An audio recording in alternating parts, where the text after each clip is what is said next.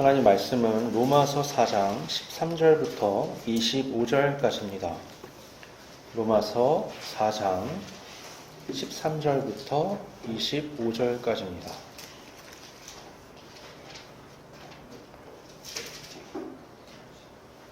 봉독하겠습니다.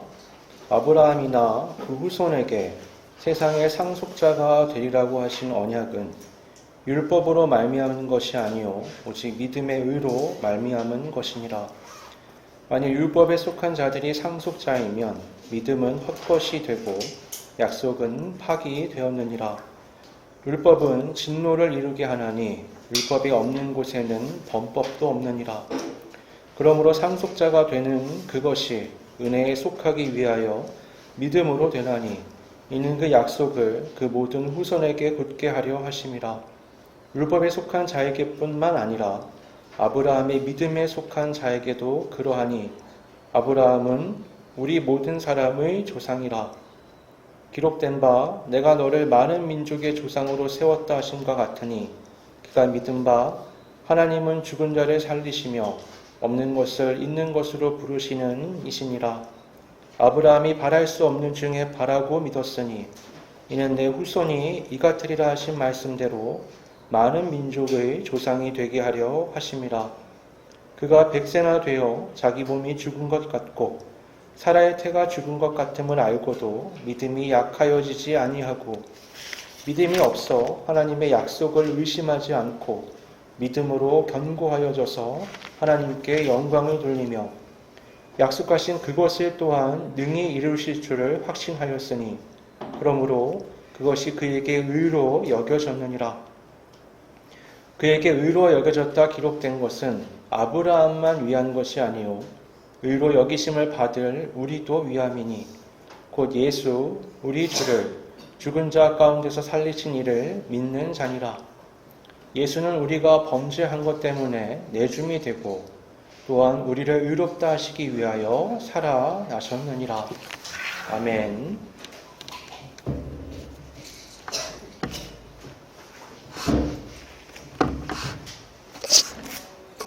오늘날은 일종의 자격의 시대라고 말할 수 있죠. 사람이든 단체든 뭐든 그 자격을 갖추기 위해서 굉장히 노력을 합니다. 모든 곳에서 자격을 확인해요. 대출심사, 신용점수, 취직할 때도 스펙을 보여줘야 되고요. 심지어 배우자를 선택할 때도 결혼정보회사에 가보면 시시콜콜한 거 하나까지 다 자격이 나와 있습니다. 이제 사회에서 그런 요구를 하는 건 이제 사람을 구분하기 위한 거기도 하지만 개인의 차원에서도 왜 그런 게 중요하냐면 뭔가 미래의 안정을 그런 걸로 내가 보장받을 수 있다라는 생각을 하는 거예요. 그 건강검진 받으시잖아요. 받아서 수치들이 쫙 나오죠. 괜찮으면 어때요? 내가 당분간 이건 뭐예요? 여태껏 괜찮았다를 보여준 거고 앞으로 괜찮을지 안 괜찮을지는 모르는데 우린 그걸 보고 어때요? 앞으로 괜찮을 것 같다 라는 생각을 하죠. 만약 그게 그렇게까지 미래를 보장해 주는 거면 아무도 병에 안 걸리겠죠. 근데 그만큼 우리가 수치화된 근거들을 가지고 그거를 신뢰하며 인생을 살아가는데 굉장히 익숙합니다. 그러면 하나님의 나라에서 하나님의 백성으로 하나님의 상속자로서 오늘 표현에 상속자라고 나오는데 우리는 어떤 자격을 갖춰야만 이제 하나님 앞에서 안심할 수 있을까요? 내가 그래도 하나님 앞에서 꽤 괜찮은 상속자로서의 자격을 갖추고 있어. 이렇게 말할 수 있을까요? 이 하나님의 세계에서는 세상의 방식을 뒤집어야 됩니다. 그러니까 세상에서 살던 방식을 뒤집지 않으면 하나님 나라에서의 삶의 방식을 이해하거나 받아들일 수가 없어요. 하나님의 나라에서는 상속의 조건에 개인적 스펙이 하나도 들어가지 않습니다. 딱 하나가 들어가요. 믿음. 그 외에는 나머지는 하나님께서 채우시는 거예요. 이게 어떤 것이 오늘 우리가 같이 알아보려고 합니다. 오늘 본문 4장 13절은 그렇게 말씀하며 시작하죠. 아브라함이나 그 후손에게 세상의 상속자가 되리라고 하신 언약은 율법으로 말미암은 것이 아니요 오직 믿음의 의로 말미암은 것이니라. 이 세상의 상속자라는 게 뭐 땅을 얼마 준다 이런 개념이 아닌 거예요. 이건 하나님의 세계의 모든 은혜와 복을 그 사람에게 주겠다라는 얘기를 하시는 겁니다. 하나님 걸 다 물려받는 걸 얘기하는 거예요. 굉장한 거죠. 근데 여기에 대한 자격이 율법에 의한 노력이 아니라 우리가 쌓아올린 어떤 도덕적 행위가 아니라 믿음에 의한 것이라고 선언을 합니다. 왜 율법 준수가 상속자의 자격이 될 수 없을까요? 14절, 15절이 그 이유를 얘기해 주죠. 만일 율법에 속한 자들이 상속자이면 믿음은 헛것이 되고 약속은 깨어졌느니라. 율법은 진노를 이루게 하나니. 여러분 그 MRI 검사해 보셨죠? 거기 딱 들어가시면서 어떤 기분이 드세요? 별일 없어야 될 텐데 이런 생각을 하고 자세하게 잘 검사가 돼야 될 텐데 이런 생각을 하지, 이 MRI 검사를 하면서 내가 치료가 되겠다 라고 생각하지는 않잖아요. 율법이 그런 겁니다. 율법은 사람의 죄를 낱낱이 드러내는 기능을 하는 거지 율법 자체가 사람을 의롭게 만들어줄 수가 없어요. 그 집을 깨끗이 청소한 것 같은데 그 햇볕이 쨍 하고 들어오면 어때요? 방금까지 안 보이던 온갖 먼지가 가구들에, 하늘에, 공중에 이렇게 떠다니는 게 보이잖아요. 그 율법이 그런 기능이에요. 내 인생에 하나님의 강력한 의로움의 빛을 비추는데 그게 내가 의로워질 수 있는 게 아니라 나의 죄악이 다 드러나는 거예요. 그걸 다 제거하겠다고 노력을 하는 건 불가능한 일이죠. 그래서 율법으로 우리는 나는 죄인이다라는 결론에 이르게 되고요. 그 결론을 가지고 하나님 앞에 나아가면 우리가 경험하게 되는 건 하나님의 진노, 심판뿐입니다. 그래서 하나님이 다른 길을 여셨잖아요. 그건 은혜의 길입니다. 16절에 그렇게 말씀하죠. 그러므로 상속자가 되는 그것이 은혜에 속하기 위하여 믿음으로 되나니 이는 그 약속을 그 모든 후손에게 굳게 하려 하심이라.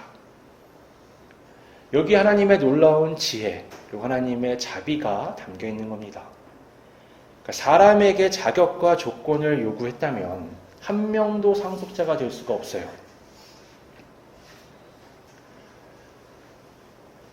하나님은 전적인 은혜로, 다시 말해서 받을 자격이 전혀 없는 자에게 거저 선물로 주심으로 상속자의 기초를 마련하셨습니다.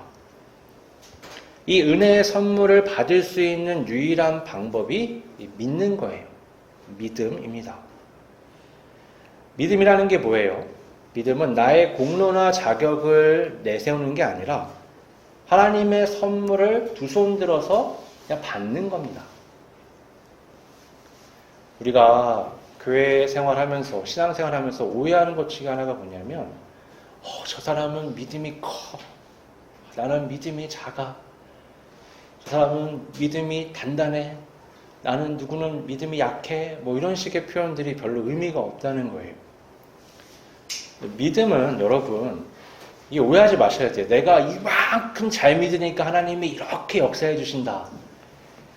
때에 따라 그런 상황이 생길 수 있죠. 근데 구원에 있어서는 전혀 그렇지가 않습니다.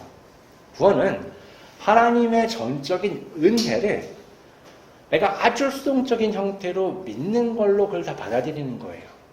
쉽게 말해서 1부터 100까지 하나님이 다 하신 걸 나는 그냥 받기만 하는 겁니다. 그래서 이 믿음은 크다, 작자, 단단하다, 무르다 말할 수 있는 게 아니에요. 그건 그냥 동일한 믿음입니다. 마치 그 햇빛이 나는 곳으로 집에 창을 낼 때 창의 크기를 얼만큼 내든 모양은 어떻든 상관없어요. 일단 햇빛이 있어야 그 창을 통해 빛이 들어오죠. 하나님의 그 은혜는 햇빛과 같은 거여서 우리가 창의 모양을 어떻게 내든 그 빛을 받는데 그게 영향을 주지 않습니다. 햇빛 그 자체가 우리에게 은혜가 되는 거예요. 마찬가지로 하나님의 은혜가 우리에게 100% 주어졌을 때 우리는 그걸 그냥 받아들이기만 하는 겁니다. 그게 믿음이에요. 이 믿음으로 하나님의 약속을 바로 세울 수 있다라고 말씀합니다. 하나님이 우리에게 주신 그 상속자에 대한 약속이 우리의 어떠함이 아니라 그냥 믿는 것만으로 가능하도록 하나님이 모든 여건을 마련하셨다는 거예요.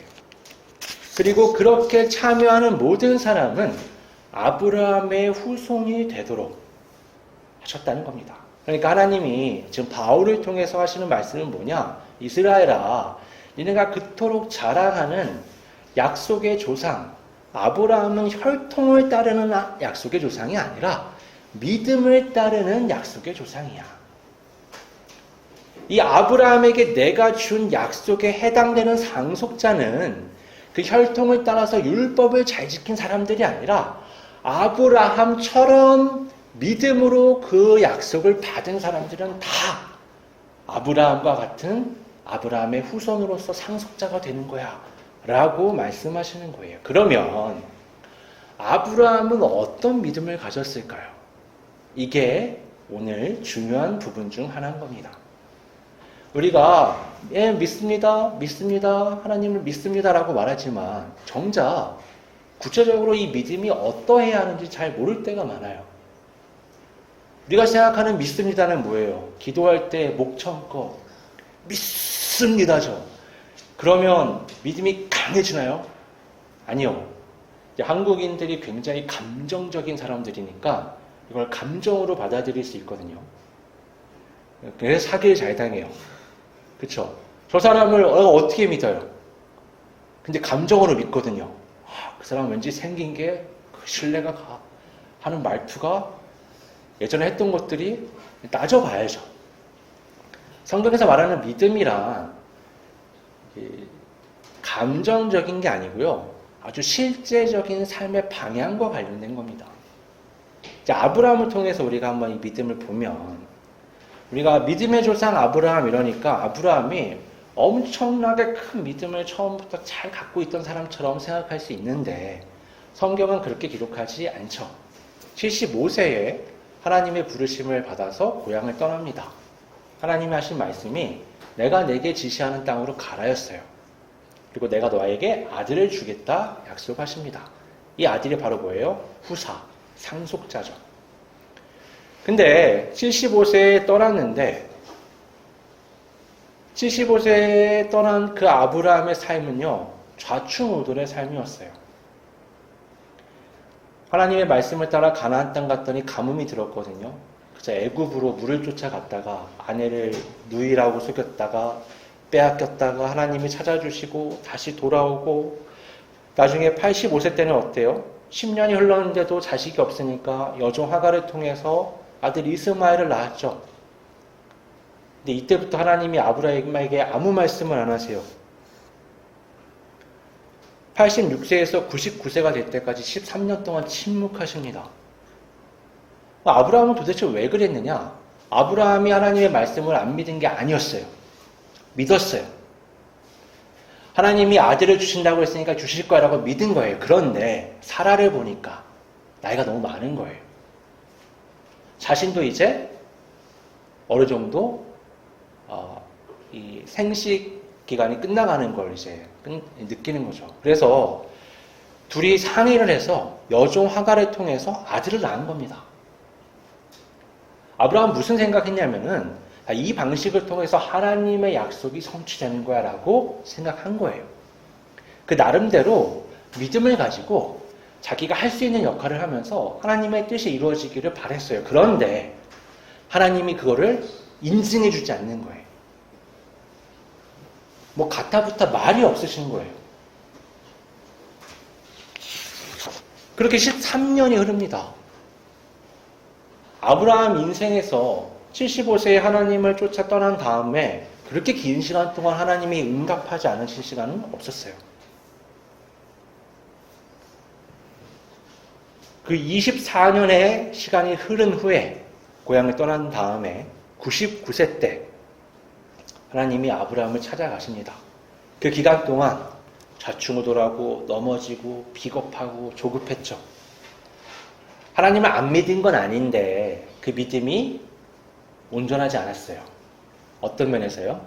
하나님의 방식을 기다리는 게 아니라 내가 할 수 있는 여러 가지들을 다 집어넣으면서 믿은 거예요. 그 99세가 되던 날 하나님이 찾아오십니다. 그 오늘 본문의 19절에 이렇게 묘사가 되죠. 그가 백세나되어 자기 몸이 죽은 것 같고 사라의 태가 죽은 것 같음을 알고도. 아니 그냥 더 이상 자녀를 생산할 수 없는 몸이 됐어라고 말하지 않고 뭐라고 말해요? 죽은 것 같다. 그러니까 내가 자녀를 갖지 못하는 신체적 조건이 된 거를 뭐라고 묘사하냐면 죽었다라고 얘기하는 거예요. 생명이 날 수가 없어. 마치 완전히 마른 장작나무가 돼서 뿌리를 내릴 수 없고 열매를 맺을 수 없는 것처럼 이 아브라함과 사라의 상황이 그랬다는 겁니다. 24년 전에 아브라함도 75세고 사라도 나이가 많았기 때문에 자녀를 생산하기 어려웠어요. 이미 그때도. 근데 지금 조건은 어때요? 더 안 좋아졌습니다. 그러니까 혹시나 하는 기대를 전혀 할 수 없는 상태. 한마디로 뭐예요? 나는 끝났어. 망했어. 자녀는 없어. 라고 생각할 수밖에 없는 그때. 오늘 본문 말씀 뭐라고 하냐면 믿음이 약하여지지 아니하고 믿음이 없어 하나님의 약속을 의심하지 않고 믿음으로 견고하여져서 하나님께 영광을 돌리며 약속하신 그것을 동안 능히 이루실 줄을 확신하였으니 믿음이 반복해서 기록되어 있죠. 본문에. 강조하는 게 뭐예요? 믿음이 사라지지 않았다. 믿음이 오히려 단단해졌다. 하나님은 오히려 분명히 확실하게 믿었다. 라고 말하는 거예요. 아니 인간적인 상황과 조건은 더 안 좋아졌어요. 근데 아브라함은 더 하나님을 전적으로 믿는 믿음의 사람으로 성장한 겁니다. 희한하죠? 이게 어떻게 가능하게 된 거냐? 아브라함이 세상적 조건에 더 이상 마음에 닻을 내리지 않게 된 거예요. 그럼 어디다가 마음에 닻을 내렸느냐? 하나님의 언약에 닻을 내린 겁니다. 그걸 인간적인 눈으로 보면 이해가 잘 안 돼요. 그래서 아브라함이 처음 했던 말이 뭐예요? 제 종이 상속자가 될 겁니다. 나중에 하나님, 제 아들 이스마엘이 상속자가 될 겁니다. 하나님은 한 번도 그렇게 말씀하신 적이 없는데, 근데 99세에 찾아오신 하나님 뭐라고 말씀하시냐면 1년 뒤에 사라에게서 아들을 낳을 것이다. 하나님의 방식과 하나님의 때를 도저히 이해할 수 없어요. 여러분 사실 그렇지 않아요? 하나님 그러실 거면 75세 때 부르실 때 좀 예고하시면 되잖아요. 내가 지금 부르는데 너 가나안 땅 가면 기근이 있을 거야. 근데 애굽 가면 너 아내를 누이라고 속일 수 있을 만한 상황이 될 수도 있어. 돌아온다면은 조카 롯을 잘 챙겨야 된다. 그리고 여종 하가를 통해서 아들 낳는 거 안 돼. 미리 다 예고하시면 좋잖아요. 그럼 내가 아들을 주는 건 100세야. 25년 동안 잘 기다려보렴. 우리가 기대하는 게 그런 거죠. 하나님이 그 예고편을 다 만들어주시고 우리가 그 길을 걸어가기를 원해요. 하나님은 안 그러신단 말이에요. 아브라함을 그렇게 인도하지 않으세요. 아브라함이 얼마나 고민이 많았겠어요. 얼마나 인간적으로 고뇌하며 그 삶을 살았을까요? 한쪽에 믿음을 갖고 있지만 또 한편으로 이 삶의 불안감과 고통, 막연한 미래를 그리며 좌충우돌하며 살아가는 거예요. 우리랑 비슷하죠. 근데 아브라함이 훌륭한 건 이 과정을 통해서 점점 불신앙으로 치우치는 게 아니라 이 과정을 통해서 신앙인으로서 바른 모습을 만들어 나갔다는 거예요. 이걸 언제 확인하게 되냐면 이삭을 바치는 장면에서 우리가 볼 수 있게 돼요. 믿음이 완전히 숙성되고 성숙해지고 나니까 하나님이 말씀하셨을 때 이 믿음의 길에 방해되는 모든 조건을 자기가 생각해서 다 제거해버립니다. 그럼 아브라함은 어떻게 그런 믿음의 길을 걸어갈 수 있게 되었느냐? 그 사람은 뭘 믿었느냐? 오늘 본문이 말하잖아요. 자기가 죽은 것 같고 사라가 죽은 것 같은데 하나님이 그 안에서도 생명이 있게끔 마치 죽음을 뚫고 부활하는 것 같은 생명을 하나님이 주실 거라는 확신이 있었어요. 그래서 나중에 보면 뭐라고 표현하냐면 이 아브라함이 어떻게 이삭을 바칠 믿음을 가지고 있었느냐. 그는 이삭을 죽이라는 건 하나님의 명령이지만 하나님이 그 이삭을 다시 살릴 거란 확신이 있었기 때문에 그 길을 갔다라고 말씀합니다. 그러니까 아브라함의 믿음은 그냥 막연하게 그래 잘 되겠지. 하나님이 선하게 인도하시겠지. 이런 게 아니고요. 최악의 절대 인간적인 기대가 없을 것 같은 상황 속에서 무에서 유를 창조하시는 그 하나님의 능력을 믿음으로 바라보며 신뢰한 거예요. 그게 믿음입니다. 그게 믿음이에요. 그러니까 아브라함의 상속자로서 믿음의 사람으로 그 상속자의 자격을 갖는다라는 건 바로 그 믿음으로 하나님을 바라보는 겁니다. 하나님이 그 아브라함의 믿음을 의로움으로 여기셨다라고 오늘 본문이 말하잖아요. 그러니까 하나님은 우리의 믿음을 보십니다. 교회 안에서 사람들이 있을 때, 괜찮게 살만할 때, 견딜만할 때 나오는 믿음 아니고요. 최악의 상황에, 가장 절망적일 때, 하나님이 나를 버린 것 같은, 침묵하시는, 너무나 인생에 답이 없는 것 같은 그 상황에서 무에서 유를 창조하시는 하나님을 바라보며 믿는 바로 그 믿음을 얘기하는 거예요. 본문 23절, 24절에 이렇게 말씀하죠. 이게 옛날 얘기가 아닌 거예요. 그에게 의로 여겨졌다 기록된 것은 아브라함만 위한 것이 아니요 의로 여기심을 받을 우리도 위함이니 곧 예수 우리 주를 죽은 자 가운데서 살리신 이를 믿는 자니라. 아브라함이 죽은 것 같은 자기의 몸과 사라에게서 생명이라는 하나님의 놀라운 은혜를 발견한 것처럼 우리도 죽음을 뚫고 부활하신 그리스도 예수를 향한 믿음으로 그와 같은 의롭다 하심을 받을 수 있는 겁니다.